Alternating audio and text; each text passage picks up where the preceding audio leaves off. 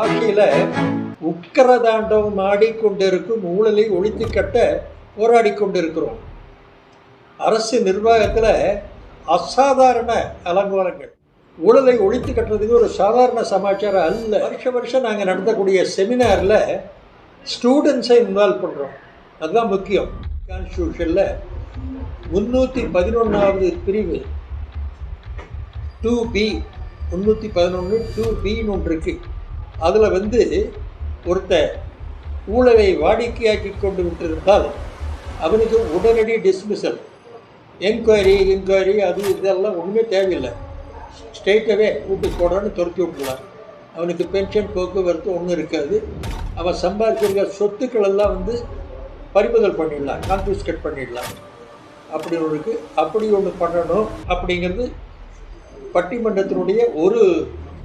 ஆனால் இப்போ நடந்துட்டுக்கூடிய இந்த ஊழலுடைய அக்கிரமங்கள்லாம் பார்க்குற போது ஆயுள் தண்டனையாக இந்த சட்ட திருத்தம் செய்யணும் அப்படிங்கிறது ஒரு கவர்மெண்ட் சர்வன்ஸ் அப்பாயின்மெண்ட்டான டேட்லேருந்து ரிட்டையர் ஆகிற தேதி வரைக்கும்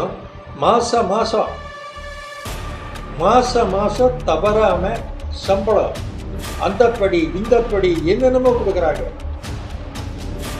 அதுபோக குடியிருக்கிறதுக்கு வீடு, பங்களா, ஓட்டுறதுக்கு வண்டி, வாகனம், டெலிஃபோன், மொபைல், அப்புறம் எங்கேயாவது ட்ராவல் பண்ணால் ட்ராவலிங் அலவன்ஸ், இதுபோல் என்னென்னமோ பண்டிகைகள் வந்தால் பண்டிகை பரிசு, கண்ணாப்பிரன் அத்தனையும் தூக்கி கொடுத்துட்ருக்காங்க. இது அத்தனையும் எங்கிருந்து கொடுக்குறாங்க? மக்களுடைய வரிப்பணத்திலிருந்து. அழுத்தம் திருத்தமாக சொல்கிறேன், அத்தனையும் மக்கள் வரிப்பணத்திலிருந்து. ஊழல் எதிர்ப்பு இயக்கம் கோவை மாவட்ட பிரிவு. எங்களுடைய ஹெட் குவார்ட்டர்ஸ் மெட்ராஸில் இருக்குது, சென்னை. அங்கே தான் என்னுடைய தலைமையகம். இட்ஸ் எ ரெஜிஸ்டர்ட் ஆர்கனைசேஷனுங்க. ஊழல் எதிர்ப்பு இயக்கம் ரெஜிஸ்டர்ட் ஆர்கனைசேஷன். 2001 ஏப்ரல் ரெஜிஸ்டர் பண்ணப்பட்டதுங்க. அங்கே ரெஜிஸ்டர் பண்ண உடனே நாங்கள் கோவை மாவட்ட பிரிவையும் இங்கே ஆரம்பிச்சிட்டோம். அதனுடைய ஒரு பகுதி எங்களுடைய மாவட்ட பிரிவு. பல மாவட்டங்கள் இருக்குது, அதனுடைய ஒரு பிரிவு எங்களுடையது. ஓகே, அதனுடைய தற்போதைய பொறுப்பாளர்களில் நாங்கள் இருக்கோம். ஐயா டி குமாரவேல் அப்படின்ட்டு retired chief engineer from Tamil Nadu electricity board. Vice president ஐயா mister Ratnam, retired superintendent of police. இன்னொரு வைஸ் பிரசிடெண்ட் இருக்கார், மிஸ்டர் கே முத்துசாமி. உங்களுக்கெல்லாம் தெரிஞ்சிருக்கும், மீச முத்துசாமின்னு சொல்லுவாங்க. Hello sir. அவர் வரல இப்போ. ஓகே, அதுக்கு அடுத்தபடியாக கேபி பழனிசாமின்ட்டு vice president deputy director agriculture department. அவர் வரல, ரிட்டையர்ட். அவங்கெல்லாம் வைஸ் பிரசிடெண்ட்ஸுங்க. அதுக்கு அடுத்தபடியாக நான் செக்ரட்டரிங்க. என்னுடைய பெயர் N.K. Velu. I am a retired additional superintendent of police from the directorate of vigilance and anti corruption. Mister Thiyagarajan, retired state bank ஆஃபீஸருங்க. அதுக்கு அடுத்தது ட்ரெஷரர் மிஸ்டர் கந்தசாமிங்க. அவர் தான் பொருளாளருங்க. எங்களெல்லாம் கவனிக்கக்கூடியது அவர் தான் பொருளாளர். அது போக ஒரு set of executive committee members இருக்காங்க. அதெல்லாம் ஐயாலாம் இருக்கார். மிஸ்டர் பொன்னுசாமி எக்ஸிக்யூட்டிவ் கமிட்டி மெம்பர்ஸுங்க. Sir very active executive committee. ஆமாம், நல்ல ஆக்டிவ். இன்னொரு more than 50 executive committee members இருக்காங்க. அந்த பேரெல்லாம் வேண்டியதில்லைங்க. இப்போ எங்களுடைய செயல்பாடுகள் கடந்த 23 வருஷமாக நாங்கள் கோவை மாவட்ட பிரிவு இயங்கிட்டுருக்கு. எங்களுடைய main objective to eradicate corruption. அதாவது எங்கள் பாஷையில் உக்கிரதாண்டவம் ஆடிக்கொண்டிருக்கும் ஊழலை ஒழித்து கட்ட போராடி கொண்டிருக்கிறோம். அரசு நிர்வாகத்தில் அசாதாரண அலங்கோலங்கள், அத்தனைக்கு காரணம் ஊழல். அதை எப்படியாவது ஒழிச்சு கட்டுறதுன்னு நாங்கள் மல்லு கட்டிகிட்டு இருக்கோம். ஊழலை ஒழித்து கட்டுறதுக்கு ஒரு சாதாரண சமாச்சாரம் அல்ல. அவ்வளவு ஒரு அசாதாரண ஒரு பிரமிக்கத்தக்க ஒரு இது. பட் இருந்தாலும் நாங்கள் மனசு விடாமல் அதை செய்துட்ருக்கோம். அதனுடைய விளைவாகத்தான் ஒவ்வொரு வருஷம் நாங்கள் ஒரு கருத்தரங்கு நடத்துகிறோம், செமினார். தாய்நாட்டை காப்போம் அப்படின்னு அந்த கருத்தரங்கு பேர். தாய்நாட்டை காப்போம்னா எதிலிருந்து அப்படின்னு கேட்பீங்க. ஊழலிலிருந்து, உக்கிரதாண்டவம் ஆடிக்கொண்டிருக்கும் ஊழலிலிருந்து தாய்நாட்டை காப்போம், save our motherland from corruption. அப்படி ஒரு செமினார் பேர் கொடுத்து நடத்திட்டுருக்கோம். அது பல வருஷங்களாக நடத்திட்டுருக்கோம். வருஷம் நாங்கள் நடத்தக்கூடிய செமினாரில் ஸ்டூடெண்ட்ஸை இன்வால்வ் பண்ணுறோம். அதுதான் முக்கியம். நாங்கள் பெரியவங்க எத்தனை பேர் எதை சொன்னாலும் இந்த காதில் வாங்கிட்டு அந்த காதில் விட்டுறாங்க. அதனால இப்போ எங்களுடைய கான்சன்ட்ரேஷன் எல்லாமே ஸ்டூடெண்ட் கம்யூனிட்டி, இளைய சமுதாயம். அவங்கள இந்த ஊழலினால் ஏற்படக்கூடிய அவலங்கள் என்ன அப்படிங்கிறது ஆழமாக அவங்களுடைய மனசில் பதித்து அந்த ஊழலை தடுத்து நிறுத்த விட்டால் அவங்களுடைய எதிர்காலம் எந்த அளவுக்கு மோசமாக போயிடும் அப்படிங்கிறத வற்புறுத்தி வலியுறுத்தி அவங்களுக்கு சொல்லி அவங்கள மோட்டிவேட் பண்ணி அதுக்காக செய்கிறது இந்த இது. அதனால் நாளான்னைக்கு ஒவ்வொரு வருஷம் அதே போல் இந்த வருஷம் ஒவ்வொரு வருஷம் 1000க்கு குறைவில்லாமல் ஸ்டூடெண்ட்ஸை இன்வால்வ் பண்ணுறோம். அவங்க வெவ்வேறு கல்லூரிகள், வெவ்வேறு பல்கலைக்கழகங்கள் இருக்குது கோவை மாவட்டத்துக்குள்ளே. அவங்களெல்லாம் ஆர்கனைஸ் பண்ணி அவங்க அங்கே ஆடியன்ஸாக உட்கார வச்சு அவங்களுக்கு ஒரு 2-3 இது கொடுக்குற 2-3 பார்ட்டிசிபேஷன். ஒன்று கட்டுரை போட்டி, ஒரு ஊழலை எதிர்த்து அப்படிங்கிறது ஒரு தலைப்பு கொடுத்து கட்டுரை போட்டி வைக்கிறோம். அதில் முதல் 2வது 3வது செலக்ட் பண்ணி அவங்களுக்கு சீஃப் கெஸ்ட்டை வச்சு அவங்களுக்கு ஒரு சர்டிஃபிகேட்டு, அது போக ஒரு புக்கு பரிசாக கொடுக்குறோம். 2வது பட்டிமன்றம் அப்படிங்கிறது ஊழல், அதனுடைய தலைப்பு கொடுத்துருக்கோம். 3 தலைப்பு கொடுத்துருக்கோம். ஒன்று ஊழலை வாடிக்கையாக்கி கொண்டிருப்பவர்களுக்கு உடனடி பணி நீக்கம். எவன் ஒருத்த கரப்ஷன் இன்வால்வ் ஆகிட்டானா அவனுக்கு சம்மரி டிஸ்மிசல் அப்படின்னு ஒன்று இருக்குது. சம்மரி டிஸ்மிசல் அதுக்கு இந்த நம்ம இந்தியன் கான்ஸ்டியூஷனில், அது வேணும் நோட் பண்ணிங்க, இந்தியன் கான்ஸ்டியூஷனில் 311வது பிரிவு 2B 311 2Bன்னு ஒன்று இருக்குது. அதில் ஒருத்த ஊழலை வாடிக்கையாக்கி கொண்டு விட்டிருந்தால் அவனுக்கு உடனடி டிஸ்மிசல், என்கொயரி அது இதெல்லாம் ஒன்றுமே தேவையில்லை. ஸ்ட்ரெயிட்டாகவே வீட்டுக்கு போடான்னு துரத்தி விட்டுடலாம். அவனுக்கு பென்ஷன், போக்குவரத்து ஒன்றும் இருக்காது. அவன் சம்பாதிச்சிருக்க சொத்துக்களெல்லாம் பறிமுதல் பண்ணிடலாம், கான்ஃபிஸ்கேட் பண்ணிடலாம். அப்படி ஒன்று பண்ணணும் அப்படிங்கிறது பட்டிமன்றத்தினுடைய ஒரு விவாதம். பல விதமாக சம்பாதிச்சு சுகபோகமாக இருந்துட்டு அவனை சும்மா வீட்டுக்கு அனுப்பிச்சா பத்தாது, அவனுக்கு ஆயுள் தண்டனை கொடுக்கணும் அப்படிங்கிறது இன்னொரு பிரிவு. 3 குழுவாக பிரிக்கிற டிபேட். ஆயுள் தண்டனை கொடுத்து அவனை ஜெயிலில் போடணும் அப்படின்னு சொல்லி அடுத்த குழு விவாதிக்குது. Criminal action. முதல்ல டிபார்ட்மெண்டல் ஆக்ஷன், இது கிரிமினல் ஆக்ஷன். அவன் பேரில் கேஸை போட்டு அவன் சொத்தெல்லாம் கான்ஃபிஸ்கேட் பண்ணிட்டு உள்ளே தள்ளிடணும், ஆயுள் பரியம் உள்ளே இருக்கணும் அப்படின்னு அடுத்தது. அதுக்கு அடுத்தது இன்னொரு குழு. ஆயுள் பரியந்தம் உள்ள ஜெயிலில் இருந்தால் மட்டும் பத்தாது, ஸ்ட்ரெயிட்டாகவே மரண தண்டனை. அப்படி சட்டத்தில் இடம் இல்லை. ஆனால் அந்த சட்டத்தில் சட்ட திருத்தம் கொண்டு வரணும். ஆயுள் தண்டனைக்கே சட்டத்தில் இடம் இல்லை. ப்ரிவென்ஷன் ஆஃப் கரப்ஷன் ஆக்ட்னு ஒன்று இருக்குது. ஊழல் பண்ணுறவனுக்கு அதிகபட்சம் ஒரு 7 வருஷம் கொடுக்கலாம், அவ்வளோட சரி. ஆனால் இப்போ நடந்துட்டுருக்கூடிய இந்த ஊழலுடைய அக்கிரமங்கள்லாம் பார்க்குற போது ஆயுள் தண்டனையை இந்த சட்ட திருத்தம் செய்யணும் அப்படிங்கிறது ஒரு விவாதம். இன்னொரு விவாதம், ஆயுள் தண்டனையெல்லாம் பத்தாது, அவன் சும்மா 10 தலைமுறைக்கு சொத்து சம்பாதிச்சு வச்சுட்டு அவனுக்கு ஆயுள் தண்டனை கொடுத்து என்ன பண்ணுறது? மரண தண்டனை, மர்டர், அந்த கில், கேபிட்டல் பனிஷ்மெண்ட் அதை கொடுக்கணும்.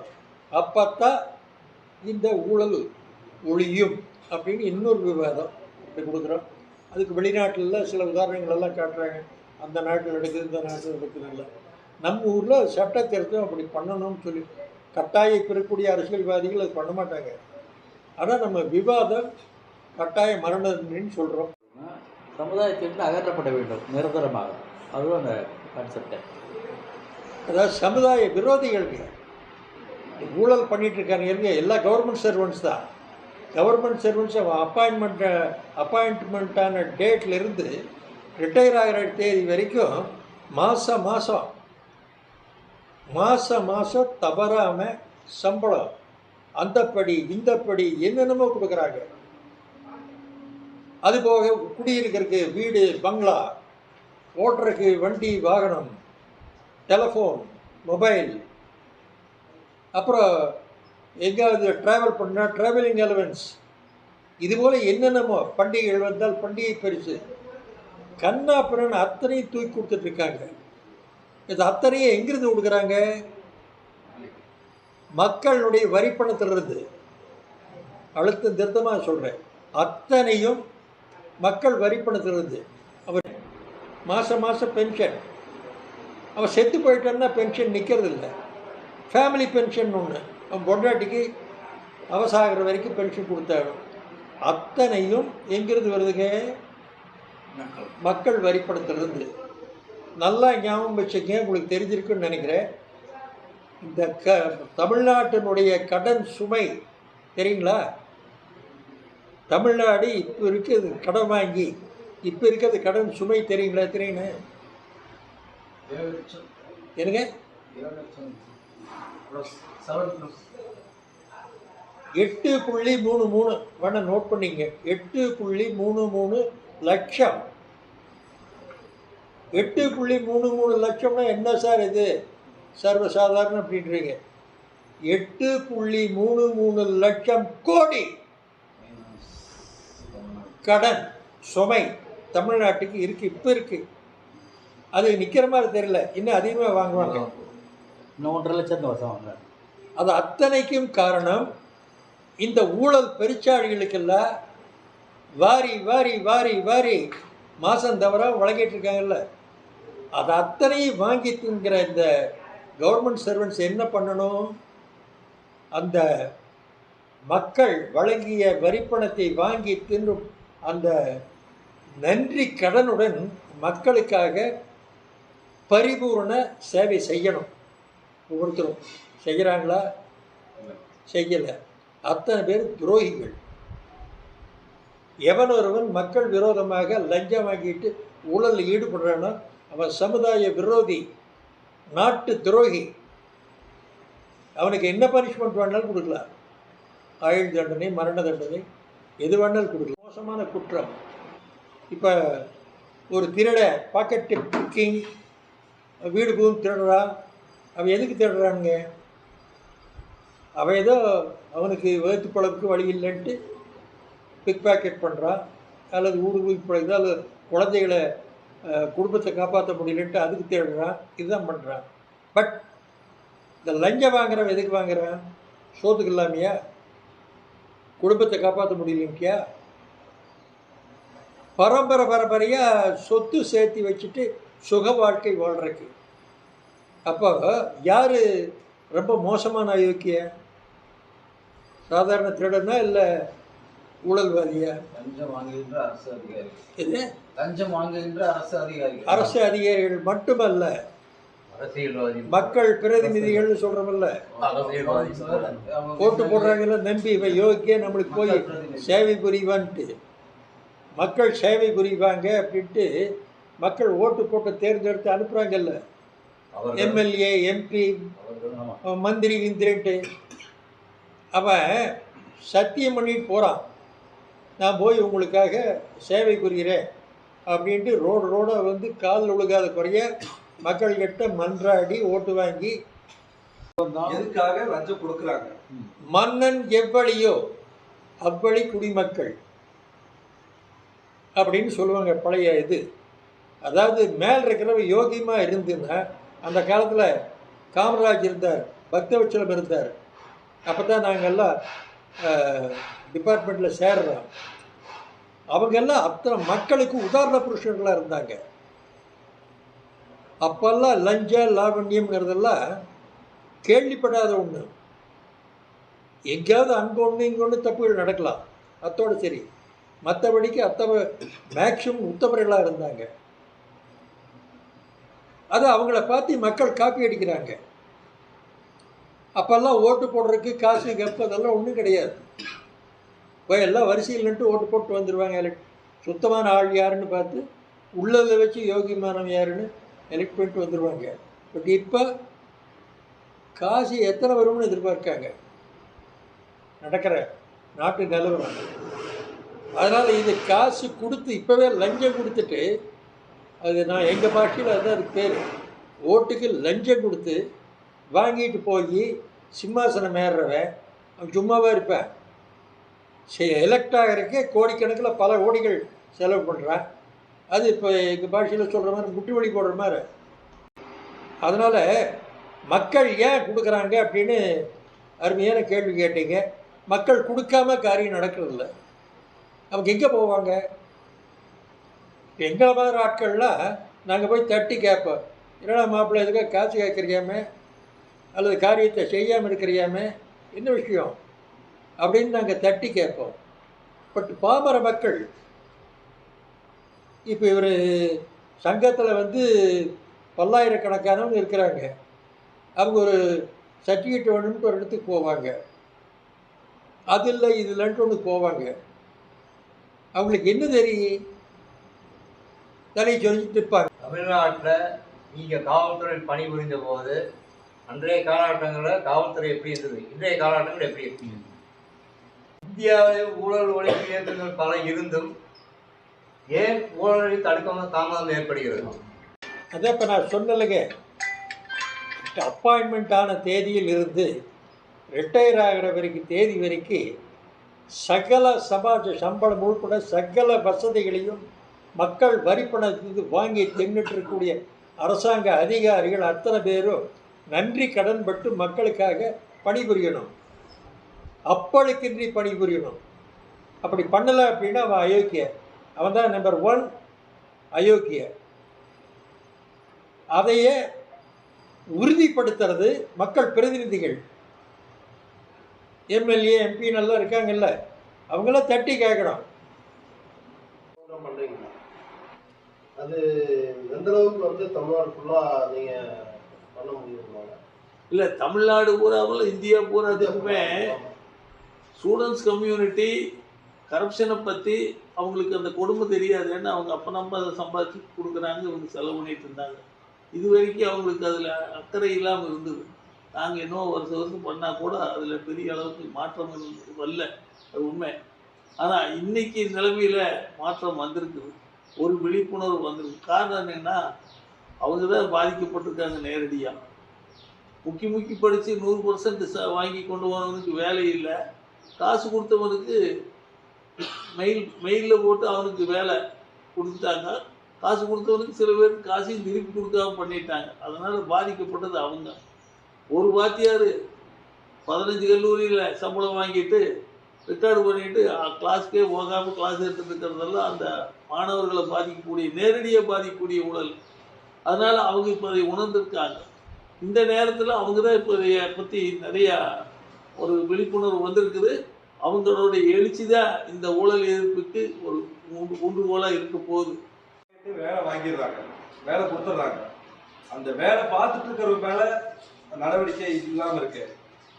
அதுக்கெல்லாம் சட்ட திருத்தம் வேணுங்கிறது தான் இப்போ பட்டிமன்றத்தில் மூலமாக நாங்கள் கேட்குற வச்சிருக்கிற கோரிக்கையை.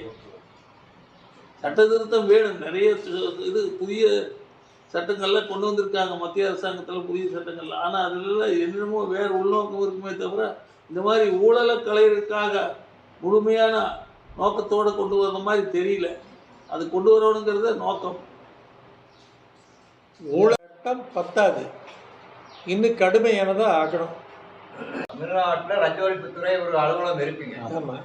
அதை பொதுமக்கள் ஏன் போய் அந்த லஞ்ச ஒழிப்புல வந்து போய் சொல்றதுக்கு தயங்குறாங்கன்னு கேட்குறேன். அதை ஏன் பயன்படுத்திக் கொள்ளவில்லை அப்படின்னு கேட்க பயன்படுத்த ஏன் தயங்குறாங்க பொதுமக்கள்? தயங்குகிறார்கள். தயங்குறாங்களா பயப்படுறாங்களா? இல்ல தயங்குறாங்க. இல்ல ஏதோ இல்ல, ஒரு கான்செப்ட் சொல்லுவாங்க முந்தி வேடிக்கையா. வாங்கின பிடிச்சாங்க, கொடுத்தா விட்டுட்டாங்க. அதான் லஞ்ச ஊழல் அந்த director of vigilance and anti கரப்ஷன்லேயுமே இருக்கிற அதிகாரிகள் பூராமே நேர்மையான அதிகாரிகள் சொல்ல முடியல. சில பேர் அடிபணியர் வந்து காசுக்கு அடிபணியர் இருக்காங்க. இன்னும் சில பேர் அதிகாரத்துக்கு அரசியல் அதில் சொல்லிட்டா உன்னை நிரபராதின்னு சொல்லக்கூடியவங்க இருக்காங்க. அதெல்லாம் நீதிமன்றத்தில் நீங்களாம் பார்த்துட்டு இருக்கிறீங்க. சமீப காலமாக பத்திரப்பதிவுத்துறை அலுவலகங்களில் பத்திரப்பதிவு செய்யும் போது அதிகப்படியாக லஞ்சம் வாங்குறதா நிறைய பார்த்துருக்கோம்.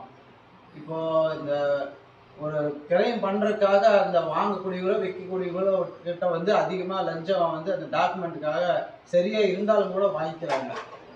அந்த வாங்கி சில பேர் அதுக்கு அவங்க மேலே அவங்க ஒரு கம்ப்ளைண்ட் அந்த ரிஜிஸ்டர் அந்த மேலே கம்ப்ளைண்ட் கொடுத்தா, ஆனால் அந்த கம்ப்ளைண்ட் கொடுத்ததுக்கப்புறம் அந்த கிரையம் நடக்குதா நடக்காமல் போயிடுமா அப்படிங்கிற பயம். ஏன்னா பல லட்சம் பல கோடிகள் போட்டு வாங்குறாங்க விற்கிறாங்க. ஆனால் அந்த சம்மந்தப்பட்ட அதிகாரிகள் மேலே இந்த பணம் கொடுக்குறவங்க வந்து ஒரு மனசு வேதனை வந்து ஒரு கம்ப்ளைண்ட் கொடுத்தாச்சுன்னா அதுக்கப்புறம் அந்த கிரையம் நடக்குமா அப்படிங்கிற ஒரு கேள்வி வந்து மக்கள் மத்தியில் இருக்குது. இதுக்கு எந்த மாதிரியான ஒரு சொல்யூஷன் இருக்குங்க? அது என்ன செய்வாங்க? கம்ப்ளைண்ட் கொடுத்தாச்சுன்னா 100 மைல் வேகத்தில் பாய்ச்சலில் அந்த பத்திரம் பதியப்பட்டிருக்குது. கம்ப்ளைண்ட் கொடுத்ததுனால அவங்க நிறுத்த முடியாது. ஏன்னா சட்டத்தில் ஏகப்பட்ட திருத்தங்கள் கொண்டு வந்திருக்காங்க. டோக்கன் போட்டாச்சுன்னு சொன்னால் அதை பத்திரம் பதிவு பண்ணி ஆகும். பதிவு பண்ணலைன்னா சப் ரெஜிஸ்ட்ரார் அதுக்கு உண்டான காரணத்தை சொல்லி ஆகும். இல்லைன்னா நம்ம அந்த மாதிரி ஆதாரபூர்வமாக கம்ப்ளைண்ட் கொடுக்கறதுக்கு யாரும் தயாராக இல்லை. பப்ளிக் வந்து நேரடியாக சப் ரெஜிஸ்ட்ராரை பார்க்கக்கூடிய அளவுக்கு இல்லை. டாக்குமெண்ட் ரைட்டர்களை புரோக்கராக வச்சுட்டு பண்ணுறதுனால வர்ற வினை இது. அதனால் டோக்கன் போட்டாச்சுன்னு டோக்கன் போடுறதுக்கே சப் ரெஜிஸ்ட்ராரை கேட்டு லஞ்சமெல்லாம் முடிவான போது டோக்கன் போடணும்னு சொல்லுவாங்க. அந்த மாதிரி சொல்லக்கூடாது. டோக்கனை போடுங்க முதல்ல, அப்புறம் மொத்தம் பார்த்துக்கலாம். எதாக இருந்தாலும் எழுத்து மூலமாக கொடுங்க கேட்கக்கூடிய திராணி பொதுமக்களுக்கு வரணும். அந்த திராணியெல்லாம் வர்றதுக்கு தான் ஊழல் எதிர்ப்பு இந்த மாதிரி எல்லாம் செமினாரை கண்டக்ட் பண்ணுது. உங்களை மாதிரி ஊடக நண்பர்கள்லாம் இதைய மக்களுக்கு வெளிச்சத்துக்கு கொண்டு வந்தீங்கன்னா தான் அவங்களுக்கு இதில் விழிப்புணர்வு வரும். போலியான பத்திரம் கிணத்துக்குள்ள ரிலீஸ் ஆச்சுன்னா கலாவதிகளை சப் ரிலீஸாக பண்ணுறாங்க. இது சம்மந்தமாக நீங்கள் சொன்ன மாதிரி பொதுமக்கள் கம்ப்ளைண்ட் கொடுக்குறாங்க. அங்கே வந்து தடை மீறி தாண்டு கொடுக்குறாங்க. கொடுத்து இது வரைக்கும் அந்த சம்மந்தப்பட்ட ஒரிஜினல் பட்டாதாருடைய பெட்டிஷன் போய் நம்ம பத்திரப்பதிவு ரிஜிஸ்டர் மாவட்ட ரிஜிஸ்டரில் கொடுக்குறாங்க. அங்கே இது வரைக்கும் நடவடிக்கை இல்லை. அதே மாதிரி ஐஜிஆர்பியில் போய் பெட்டிஷன் கொடுத்து நடவடிக்கை இல்லைங்க. கேட்டால் என்னங்கிறாங்க, கோர்ட்டில் கேஸ் இருக்குதுங்க, யாரையும் விசாரிக்கூடாதுன்னு இருக்காங்க அப்படின்னு சொல்லி சொல்கிறாங்க. இல்லை, அது பத்திரப்பதிவு போலி பத்திரப்பதிவு நடைபெற்றால் அந்த பத்திரத்தை நீக்கக்கூடிய அதிகாரம் மாவட்ட பதிவாளருக்கு கொடுத்து சட்டம் இயற்றினாங்க. முந்தைய அரசாங்கம் அரசாணையோடு வச்சுருந்தாங்க. இப்போதைய அரசாங்கம் அது சட்டமாக மாற்றினாங்க. மாற்றின பிற்பாடு இப்போ ஹைகோர்ட்டில் ஒருத்தர் கேஸ் போட்டு ரியல் எஸ்டேட்காரங்க இருக்காங்களே அவங்களே போய் ஒரு கேஸை போட்டு அதுக்கு ஸ்டே வாங்கிட்டாங்க. அந்த மாதிரி அதிகாரம் கொடுக்கக்கூடாது மாவட்ட பதிவாளருக்கு, முன்தேதிக்கு அமலுக்கு கொண்டு வரக்கூடாதுங்கிறத கொண்டு வந்திருக்காங்க. அதனால் அது டிவிஷன் பெஞ்சுக்கு போகிறதாக பெண்டிங் இருக்குது. ஆனால் ஒரு உண்மை என்னன்னாக்கா, மாவட்ட பதிவாளர் வந்து உத்தரவு போட்டு அது போலி பத்திரங்கிறது உறுதியாகிடுதுன்னா ரத்து பண்ணாட்டியும் கூட எஃப்ஐஆர் போட சொல்லி காவல்துறைக்கு டைரக்ஷன் கொடுக்கணும். அப்போ எஃப்ஐஆர் போட்டு அந்த வில்லங்கத்தில் கொண்டு வந்துடணும். இந்த மாதிரி இதில் வில்லங்கம் இருக்குதுன்னு அந்த வில்லங்கத்தில் கொண்டு வந்துட்டா அடுத்தபடிக்கு அது லிட்டிகேஷன் ஆகாது, வேறு யாரும் ஆக மாட்டாங்க. நம்ம ஊழல் எதிர்ப்பு இயக்கத்தின் மூலயமா நீங்கள் ஒரு விஷயம் பண்ணிட்டு இருந்தீங்க. அதாவது லஞ்சம் யாராவது கொடுத்துருந்து அது அவங்கள வந்து அவங்க மனசை வேதனையை கொடுத்தா, நம்ம ஊழல் எதிர்ப்பு இயக்கத்தில் புகார் கொடுத்தா வித்தின் 24 ஹவர்ஸில் அந்த பணத்தை அந்த அதிகாரியை கொண்டு வந்து கொடுக்குறதா ஒரு நம்ம அமைப்பில் அதை செஞ்சுருக்கோம். அது இப்போ நடைமுறையில் இருக்குதுங்களா? இருக்குதுங்க. புகார்தார் வந்தாக்கா இப்பவும் அது இருக்குது. ஏன்னா ஐயாவுக்கு தான் பண்ணுவாங்க. ஒரு புகார் வந்ததுன்னா கருமத்துப்பட்டியில் பெட்ரோல் போலீஸ்காரங்க பணத்தை வாங்கிட்டாங்க. அப்போது அந்த டிஎஸ்பிக்கு ஐயா எழுதி சொல்கிறாங்க, நான் கம்ப்ளைண்ட்டாக கொடுக்கட்டுங்களா, கொடுத்தா நீங்கள் என்கொயரி அவன் மேலே கான்டாக்ட் பண்ணணும், உங்களுக்கு ஒர்க்லோடு, இப்போ என்ன சொல்கிறீங்கன்னு கேட்டதுக்கு வேண்டாங்கன்னு போட்டு மறுநாள் காலையில் கொண்டு போய் பணத்தை கொடுத்துட்டாங்க. அதனால் கம்ப்ளைண்ட் வந்தால் தானே அதை பற்றி நடைமுறையில் பண்ண முடியுங்க. எங்களுக்கு ரெஜிஸ்டர்டு அசோசியேஷனுங்க, பைலா இருக்குது. இதில் வந்து ரிட்டையர்டு ஆஃபீஸர்ஸ் தான் பூரா இருக்காங்க ஆஃபீஸ் பேரராக. அவங்க ஃபிங்கர் டிப்பில் ரூல்ஸ் அண்ட் ரெகுலேஷன்ஸ் சொல்லி வச்சுருக்காங்க. நாம் எது கேட்டாலும் அந்தந்த துறையில், பத்திரப்பதிவு துறையிலனா ஐஜியாக இருந்து ரிட்டையர் ஆனவர் இருக்கார் ஸ்டேட் லெவலில், பொறியாளர் நெடுஞ்சாலைத்துறையில்னா அதில் சீஃப் இன்ஜினியராக இருக்கிறவங்க இருக்காங்க, மின்சார வாரியம்னா ஐயாங்க இருக்காங்க, காவல்துறைனா அவங்க ஐயாவுக்கு இருக்காங்க. இப்படி எல்லா துறையிலையுமே அவங்க இருக்கிறதுனால அவங்களுடைய ஆலோசனைப்படி விவசாய சங்கமும் அவங்களோட ஆலோசனை கேட்டு இயங்கிறதுனால இது வேற ஒரு இதில் போயிட்டு இருக்குது. ஊழலுக்கு அடிபணிபவர்கள் அத்தனை பேருக்கு ஊடகத்திலும் ஊழல் புகுந்து விட்டது. அதை எதிர்த்து போராட வேண்டியது நம்ம அனைவருடைய கடமை.